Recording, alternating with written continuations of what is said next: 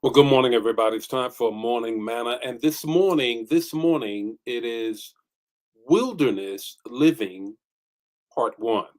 Wilderness living part one. I want to talk about how you doing in the wilderness. Are you in the wilderness? When you were in the wilderness, how did you get through it? I want to raise this question of wilderness living. Wilderness living, part one, because I'm going to do part two tomorrow. Of course, I am. Of course, I am. And I really want to just lift that up to you on this morning. Want to know how everybody is doing on this morning. What a great morning it is. What a wonderful morning it is. And I just really want to greet some folk on this morning and get into the manna on this morning. How about that? There's a lot I want to share with you on this morning. Just want to get that word out there. Just see what your thoughts are. What are you thinking? Because there's an impartation that I have for you on this morning. How about that on this morning? Good morning, Gerald. How are you? Number one. Ramona, number two. How are you? Ella, how are you? Brother Nesbitt, how are you? Brenda, how are you doing on this morning? Deacon Joe, how you doing on this morning? Vicky, how are you? Vaughn, how are you? Samara, how are you on this morning? Laura, how are you on this morning? Cynthia, you guys went to the zoo. Okay, all right. Put it out there. Look nice. I hope you enjoyed and everything. Good morning, Brother Pope. How are you? Gloria, how are you? Deborah, how are you? I didn't get a chance to take pictures. I was so busy Sunday. Sunday was really busy. It was a great day. How many of you were at Education Sunday? It was one of our best. It was one of our best. And if you don't attend New Life, well, you should at least watch if you're not in the area. But nevertheless, what I really want you to grab a hold of is that we really mean Jesus in education. You're unstoppable. And on Sunday was our Education Sunday. We celebrated those who were graduated, and we just had a wonderful time. I was so busy. I usually take pictures after church, but I didn't. Good morning, Linda. How are you on this morning? Thank you for your question on yesterday. Really appreciate that. Lydia, how are you? Carolyn, Brenda's sister, how are you? Joelle, how are you? Francine, how are you? Angela, how are you doing? I know you got us on mute.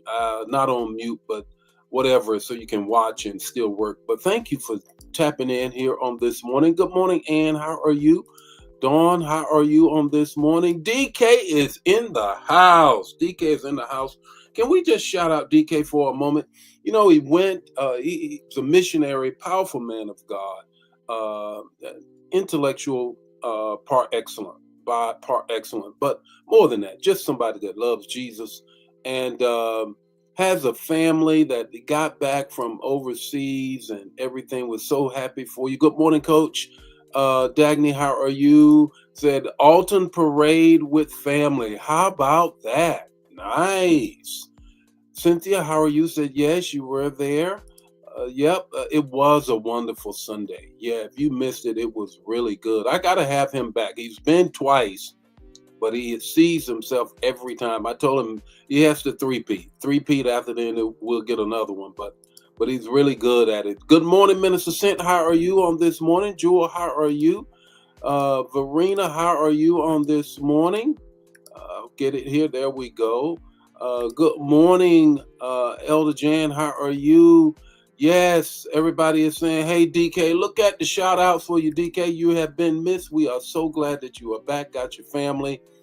Absolutely, absolutely. Really glad about that. Really are. I tell you what, got a word for you on this morning, and I want to get right to it. It is Wilderness Living Part 1. The Wilderness Living Part 1. I'll have Part 2 tomorrow. But I want to just ask you, if you would, the text to talk to take away 5 minutes or less. Let's jump right into it. Deuteronomy 8, 1 through 4. Deuteronomy 8, 1 through 4. I'm going to read the latter part of that pericope about that. And he humbled you and let you hunger and fed you with manna. Grab that.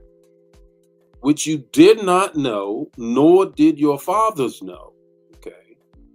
That he might make you know that, listen, that man does not live by bread alone. but that man lives by everything that proceeds out of the mouth of the Lord. Your clothing did not wear out upon you, and your foot did not swell these 40 years. Listen at this. Here's the context of the text. There's 40 years in the wilderness. Moses is writing, and he tells them that God had one purpose in mind. One. Listen. He says this. I'll read it again. Many times we miss it. And he humbled you and let you hunger and fed you with manna, which you did not know, nor did your fathers know. Here it is. Grab this. That he might make you know that man does not live by bread alone. How about that? A 40-year class. 40 years. One course. One question. One answer. And that is that you will know that that man does not live by bread alone, but every word that proceeded out of the mouth of the Lord.